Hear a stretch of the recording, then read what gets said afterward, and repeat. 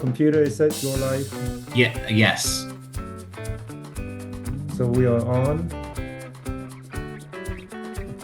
I'm just gonna hang on there a little bit because I add some music at the beginning. So Oh, the beginning, the people will not see kind of too quick. Let me just close this, go down here a little bit. Yeah. All right. We are live stream again, and I'm excited to invite my guest speaker today, Dr. Neal Johnson, who is the anesthesiologist, dental anesthesiologist. Not only that, but he also a scientist, an MBA degree. I'm honored and have a privilege to invite you here. Welcome, Dr. Neal Johnson. thank you so much for having me. I really appreciate it. How are your day today? It was a long day today, actually. I know. Started about 4:30 this morning and Wow. yeah, and ended at I walked through the door at about 6 o'clock. Wow, that's long day. And Yeah.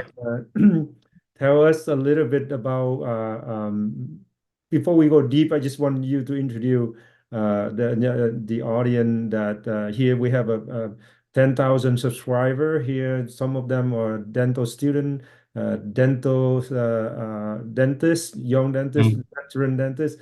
Some of them about to graduate, and also some of the kids are in high school, college, they want to know more about our field. So this is the channel. It's called Today Dentistry and Medicine. So it's incorporate everything that help anything good for the community.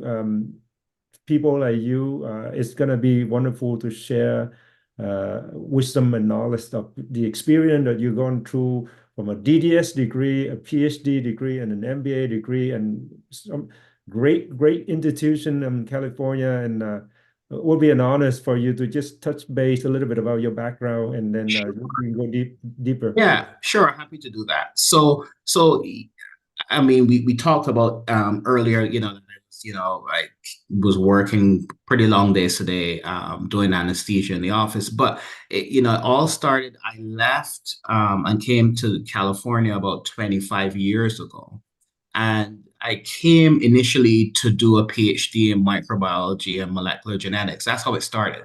I see. And I came to Loma Linda and started and worked on that degree. And just as about, a year or so before I finished, I got an opportunity and then got a scholarship to go to dental school. And that kind of happened because when I was doing my PhD in microbiology, I was collaborating a lot with some periodontists in the dental school at the time. So one thing led to another, and then I ended up in dentistry. And I was teaching for a number of years in the dental school, actually. I I taught dental students, medical students, all those types of things, and then practiced for 5 years, and then went back out after that to came back and then studied dental anesthesiology. And right after that, it was while I was practicing, I decided that I wanted more to, I'm always been entrepreneurial. So I just wanted to, learn a little bit more about business and leverage, the network that some of these schools had. So I decided to go to Berkeley, University of California, Berkeley, and I did an MBA up there back in 2018, 2019. So that is the kind of a quick way how I I got from there to here.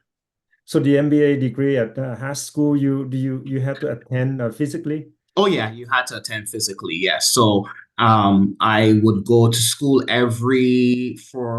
I would travel up to Berkeley every 3 weeks for about 4 days. And we had about 12 hours of class a day. And that's how, it's kind of one of those accelerated MBA degrees. So they have different types. They have the full time, they have evenings and weekend MBA, then they have the executive MBA. So they have various ways for you to get an MBA from Berkeley. And that was a fantastic experience. It was unlike Mm. anything I've ever had before. And I learned a lot. And the good thing about stuff like that is that you the network is vast, and there's no person that any person I contact online from Berkeley, they answer because that's how strong it is. So I learned a lot. It helps me with my business right now, as a matter of fact. Wonderful. My practice is not that far from UC Berkeley. Oh, Yeah. Uh, I went to undergrad at Berkeley, but yeah, MBA at Berkeley is what a wonderful path of education that you obtain 2 degree or 3 degree at Loma Linda, an MBA degree. Those of you at the young student, if you have a question, you can, of course, comment below here, ask Dr. Johnson. I'm sure I can relay the message to him. He can help you guys. But Dr. Johnson, the purpose today, we're going to incorporate more of like mhm. what actually you doing right now. You are an anesthesiologist for PD, pedo office, and could be adults and things like that nature. Uh, talk to us like the what is the most rewarding experience that you probably done for many years, but some of the rewarding that you at an anesthesiologist that you see, even though it's a hard, it's a tough, it's intentional, very intense field, but it was share with the student or even us that those who want to know more about dental anesthesiology. Very few people understand what you do and Right. to Okay. help the office. Yeah. Absolutely. So, I mean, it is pretty rewarding. It's a lot of hard work, I have to tell you. But I think the best part of the job is seeing parents who invariably are very nervous when you walk into the office and you have to put their 2-year-old to sleep, and they're 2 years super nervous. old. Oh two yeah, years. oh yeah, oh yeah, yeah. So the youngest I have treated is about 15 months old. Um, Wow. yeah, and that was yeah. So we treat very young kids, especially. So I would say that average age of children that I treat is about 3 or 4 years old. And Wow, the average. yeah, Oh, yeah, yeah, yeah, my goodness. yeah. So I had some older kids today. I had two kids that were 7, one was 6, and everybody else was 4. One was 2 and everybody else was 4. Yeah, so that's typically what I see. But I think we'll see parents who are super nervous, and today specifically was one of those days where we had parents who were crying because they were very nervous. They didn't want to leave the room when the kid fell asleep. But the good thing is when you're done, you take them to recovery, you call the parent in, and you say, okay, here is your daughter. She's still sleeping. You can sit here with her and she'll be awake in about 15 or 20 minutes. And they're so grateful, that you return their child to them and, in one piece. So I think it's rewarding to see them go from being nervous and very sad sometimes to very happy and thankful for what it is you're able to do for them. So that's really the biggest joy of the job for me. I absolutely agree with you because I personally when I refer uh, recently I refer a case the little girl 4 years old, Hmm. 4 to 5 years old, really rampant decay, and I was trying to be a hero, but I couldn't because I can't do anything. Everything I touched, she's cry, Yeah. and I push her parent to really see UCSF periodontist specialist, my friend. It took Hmm. 6 months, but now I can see the reward because the kid now so happy. She is so happy. She doesn't cry because it's just constant pain in her mouth Right. and nobody can help. Nobody can help. Even I'm a very close friend. I can't do anything, and I'm so glad and thankful that you we have the subspecialty, the very unique specialty in dental anesthesiology that can take care the kid. Now she is ecstatically happy every single day. Every single day is happy. And Yeah. so the reward that you receive at the operatory room just a moment there, but you cannot imagine the reward that the parent feel or enjoy that they have the kid now cavity free, comfortable to eat, and looking forward to their health rather than hold back everything she's been suffering months, days. Everything she cry, so this experience, if I didn't have that experience, I wouldn't even understand why we need a dental anesthesiologist. But until that until it's done and it went through me, I'm just so impressed. And now you mentioned like the age that you handle is 3, 4 years old. That's scary. That's really scary. But Yeah, I mean, and yeah, and that's mostly, I mean, this is what we do, right? Dentists, anesthesiologists across the country, this is how we're trained. And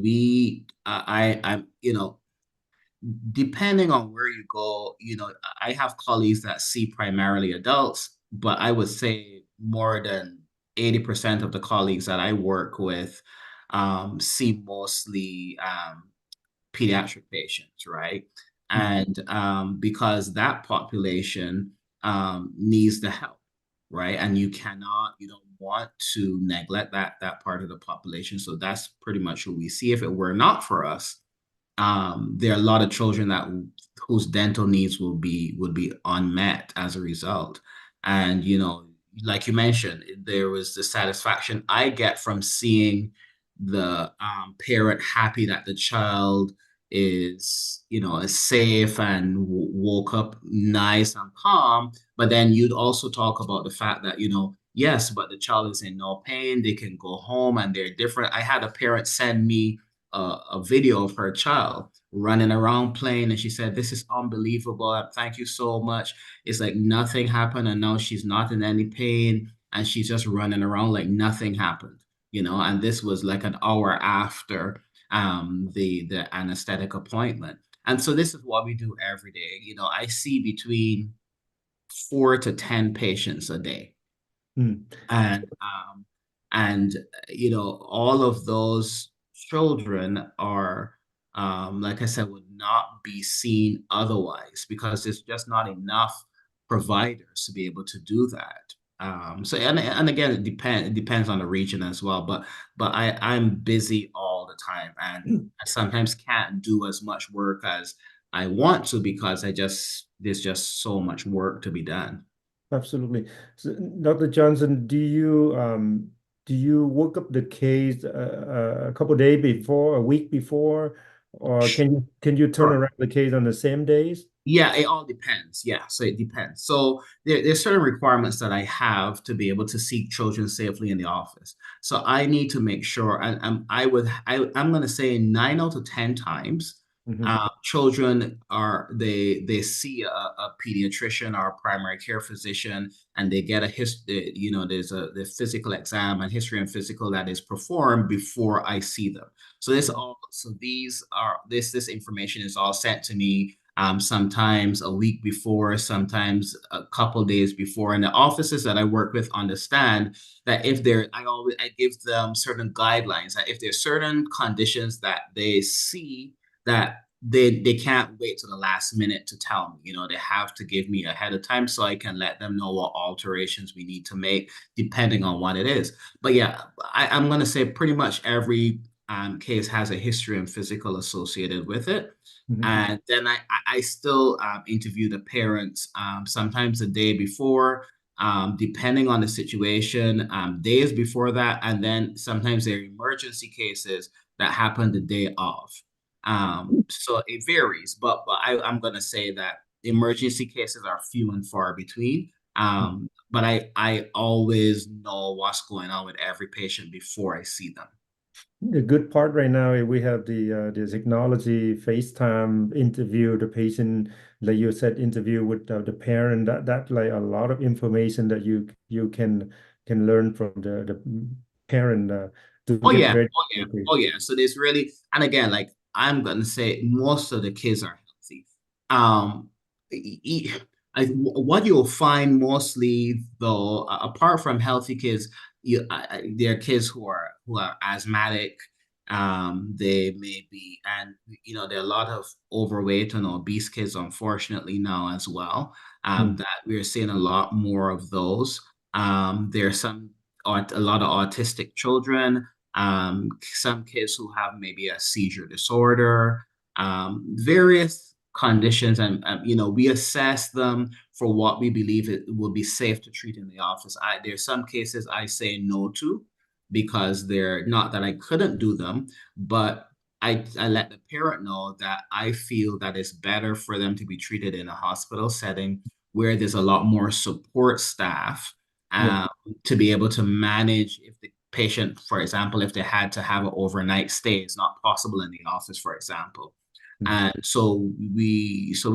we all practice based on our comfort level, but not only that, I think primarily how we practice is based on what is best and safest for the patient. mhm. Not every patient can be seen in the office. Oh, I got it. And also, not every patient that you using the same protocol, you might alter the medicine, the dose, and everything. Absolutely. So, we have to emphasize that children are not little adults, right? Their physiology is different. So we don't, and a lot of drugs are given based on their weight. Mm, So when kids come to the office, we get their height and weight and all those different things. We give it based on the weight. And, not all the cases go the same way. Most of them do, mhm, but sometimes depending on what medical condition or allergy or previous exposure to anesthetic or whatever the case is, we have to do things a little bit differently. mhm, And I'm going to say a lot of times things run very, very smoothly. There are no issues. mhm, um, but occasionally you run into a case where you end up in a difficult situation, but again, that's where your training clicks it, and you just handle it, right? So, um, as with anything else, that's typically the case. So, but thank God I have not had any serious issues where, a child or adult for that matter has been harmed or had to go to the hospital or anything like that. Um, you just have to, we're trained really well, quite honestly. yeah. I have a question. Do you feel like, let's say, the anesthesiologist who graduate from medical school, then don't have any dental background, is this okay for him or her work with the dentist? Sure, Right? sure, sure. Yeah, and that's yeah. So there is no issue with that at all. But bear in mind that as dentists and anesthesiologists, we are more acutely aware of what's going on in the mouth. Mhm, That's where we worked and we are trained in that area more so than physicians and anyone else, any other anesthesia specialists. mhm, So we understand how the dental office works, and we do have quite an advantage as providers in the office based on our training. We also have advantages based on the types of patients we see, especially children. We see more children, especially when I did my program at Loma Linda University. We saw, I mean, we far exceeded the minimum requirements, and we saw more kids than our physician anesthesia colleagues, because that was just the nature of our program. mhm, So, but I have some physician colleagues who work in the dental office as well, and they provide a good service. They do a good job, and we need all hands on deck when it comes to treating patients. But in terms of specificity in our training, we typically we do have an advantage over other anesthesia providers just based on the type of training we receive. Dr. Johnson, previous conversation you mentioned you do travel to different locations. Correct. Would Yes. you travel to Northern California? I have once before, uh, Hmm. but initially when I first got started, um, you would go all over the place, right? I would drive 2 hours here, 2 hours, 3 hours there to work because you just needed to work. Hmm. As time went on, and I got a good reputation in the field, I don't have to go to those places if I don't want to. So if Right. I travel Northern California or out of the state, it's because I want to. So it just all depends Yeah. on you know how I feel at the time, and if I feel like it will be a good use of my time and a good use and a good service to the person who I'm going to be going to, because I work is so busy here that it's really hard to get away to go anywhere else. My calendar is booked a year in advance, Wow. so I know exactly where I'm going to be a whole year ahead of time. I see. Yeah. Dr. Johnson, what is the criteria for some young dentists who want to go for dental anesthesiology? What is the most for some of the most important criteria for somebody who want to specialize in like what you do? There's a few things that you definitely want to share with the dentist. Could you share with us like what are the criteria? Sure. Yeah.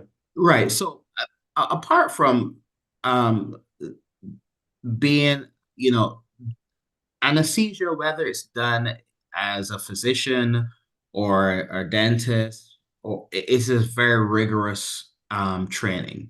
It is not easy. There is a lot of you have to know your physiology, pharmacology very well. These are just things you can't skimp on. You have to know them well because anybody can put someone to sleep, but it's waking up, keeping them asleep, number one, and then waking them up is the other thing. And if there's an emergency or if something happens out of the norm, you have to know how to fix that. So that requires you to be fairly academically robust. So it's just not for the faint of heart, and not every person can pursue a career in anesthesia. Um, but if it's something that people want to do, my suggestion then would be to make sure that they understand they have a pretty good grasp of physiology, pharmacology, understanding that there's some extremely long hours, especially working in a hospital, medicine rotations, OR, it's emergency room. It is not easy. It's not dental school, right? Mm, That's mm, for me, dental school is super easy. mm. Um, I mean, compared to everything else I've ever done. Anesthesia is fun for me. I liked it because I love pharmacology, was my favorite subject in school, but I mean, it was brutal. Mhm. It was brutal. So, and you should expect it to be that rigorous, especially if you have people's lives in your hand, Yeah. right? So it's not to say that I prepped the wrong tooth and you're like, oh, okay, well, that's an easy fix. But you have a life in your hand, especially these young kids. The first kid I saw this morning was 2 years old. Mm, And her parents trusted me with her to be yeah. able to put her to sleep and wake her back up, and they can take their child back. And for me, that is a privilege and an honor to have a parent trust me enough. They don't know who I am. They're meeting me for the first time in most cases, and they're entrusting me with the life of their child. Yeah. So these things are not to be taken lightly, and I believe those that responsibility is a large one. And every time I leave the house to go to work, it's not like business as usual. I understand exactly what it is I have to do and the responsibility I have. So Mhm. I do the best job I have to do for all my patients, whether adult or child. I do the best I have to do for my patients. Yeah. So you are the angel sending down here to take care of these kids. Not very few of us can handle what you do, but that's beautiful. That is the gifted things, Dr. Johnson. It's a Yeah, gifting yeah, yeah. that God give you. It's beautiful. So beside what you routinely do, I know that you have the other consultant firm that can you talk a little bit Right. about what Yeah, for you sure. you Right. help with So specialists? absolutely, yes. So over the years, I mean, when I got started in anesthesia, I had friends I could call on to say, how do you do this? How do you do that? To try to get set up, how you get started. We learned a little bit of it when we were in residency, but you know, there's some things you don't learn until you make mistakes, I guess is what I'm trying to say. So I wish I had a template that showed me exactly how to set business up, how, buying equipment, what equipment was necessary, how do you get into certain offices to be able to provide treatment, how do you guarantee yourself a certain amount of money for your services, how you're efficient with your day. Those are things that nobody I had to figure out on my own, right? Mhm. Mhm. And I recognize that coming out, especially from as specialists, so me as an anesthesiologist, but oral surgeon, periodontist, endodontist, whomever, um, when they're especially when they're now coming out of residency, they may be figuring, well, maybe we can start, I can, buy a building, lease a space, and start an office. But those things are expensive. So what I do is to train specialists how they can have a very successful practice that does not involve a large capital expenditure. And that is by doing itinerant or mobile practice. So moving from office, providing their technical expertise to various general dentistry offices. Because the benefit of that is that patients don't have to go to another location. So it benefits the general dentist because he or she can keep their patients in the office. And I train the specialists to be able to interact with those offices, how to help them schedule so that the schedule is good for them and the office and the patient. And it gives you that freedom to be able to work wherever you want, whenever you want, how much you want.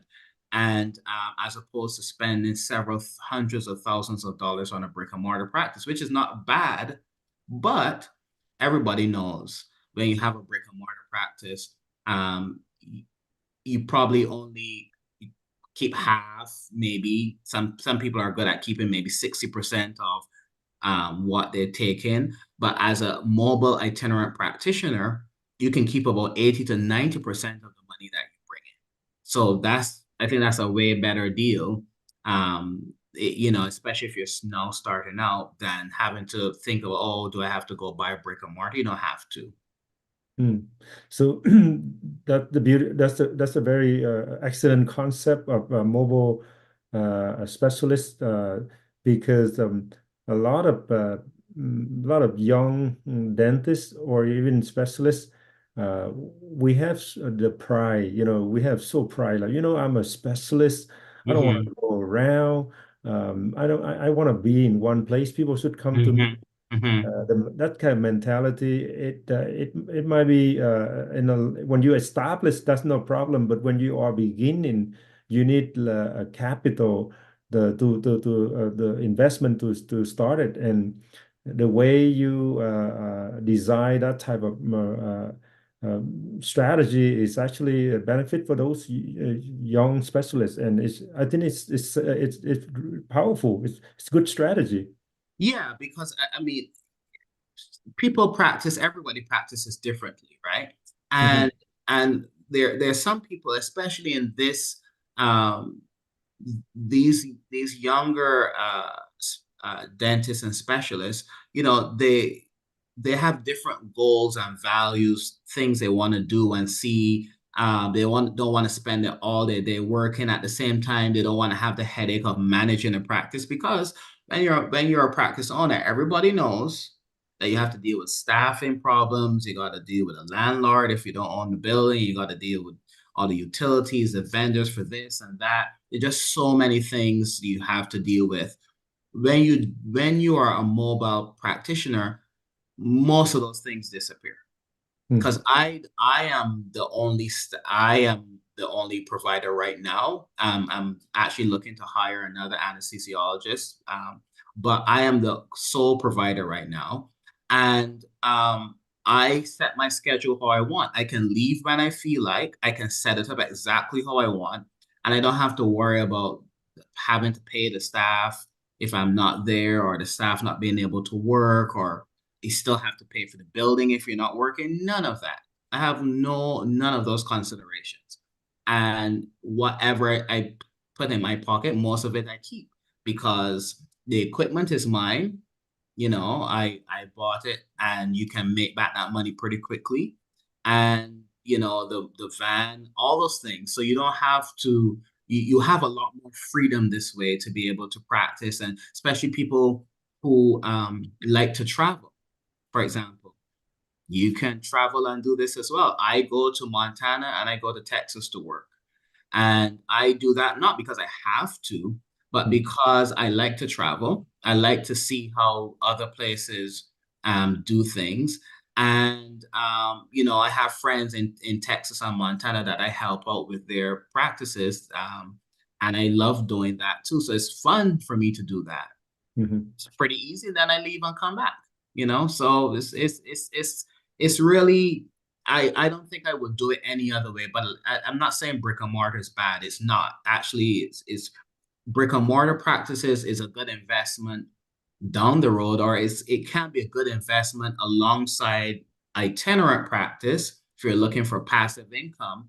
But in terms of trying to keep most of your money, itinerant practice is the way to go. That's a wonderful wisdom that to share to dentists to understand that. Would you say that would apply to not only just anesthesiology, but it Mhm. could be for any other specialist? Yeah, all kinds of specialists, everybody. And um, I I work with, so the oral surgeons that I work with currently, they're all itinerant as well. The one office that I go to, that's a GP office, she has an oral surgeon that comes into the office, and I do the anesthesia for him on those cases. Mhm. There's a friend of mine who lives close in Beaumont. I go to his GP office, and he has a periodontist and an implantologist come into the office to do implants and perio surgeries, and I do the anesthesia for those surgeries on the adults. So he keeps everything in house. And so I am going to say that I have every single specialty that we know of so far. Um, with the exception probably of public health in dentistry. I I have colleagues that are all itinerant and travel from office to office. Now, right now, with the exception of going to Texas and Montana, I I only go to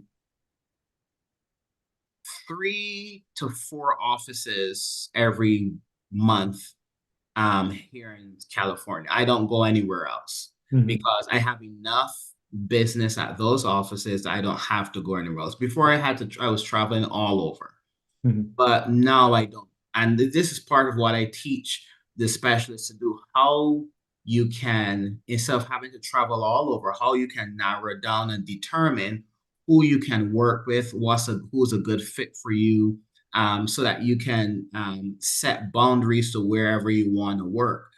For me, I like to work close to home. I don't like to travel very far. The Mhm. furthest office that I travel to here in Southern California is in Huntington Beach. I see. Everywhere else is a Riverside, San Bernardino. It's 10 minutes, 15 minutes from the house. Got So it. because I don't want to go too far anymore. I used to, but I don't want. So that's part of why I share with specialists how Mhm. you can craft your practice exactly how you want it.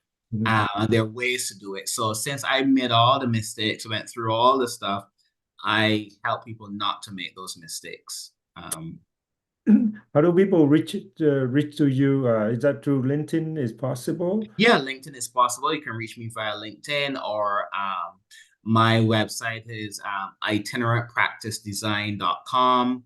Hmm. They can reach me there as well, and I can share all that information with you, and you can share to your followers. So there are various ways to reach me. And I have a calendar on there. You can book discovery calls and whatnot. I'm actually starting in 2 weeks. I'm starting a LinkedIn challenge for Hmm. 4 days. where and for an hour every evening, I will go through specific areas of itinerant practice setup and how you can get started and the things that you should consider.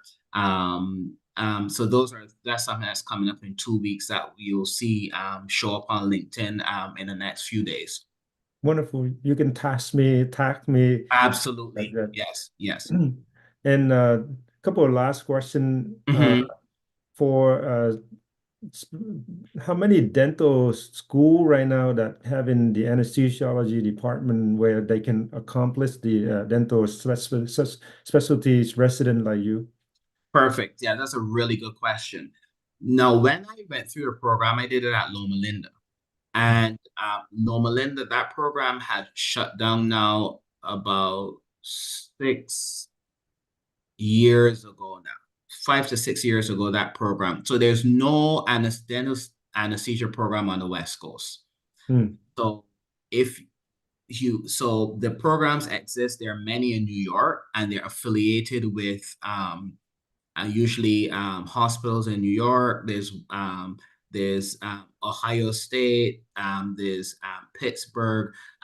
So there are a few places, but nothing on the West Coast. If anybody is interested in trying to find out where those programs are, they can reach out to me. I can connect them with the resource or the website where they can go to find where those programs are. And it's a 3-year program. Okay.